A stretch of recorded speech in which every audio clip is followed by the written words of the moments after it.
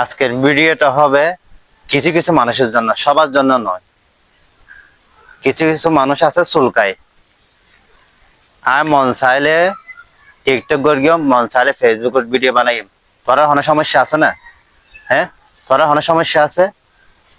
আর কি তোরারও হই না আর ভিডিও ছ আরো আরো লোক কিলে গবেষণা কর, আরো লোক গবেষণা করে লাভ নাই।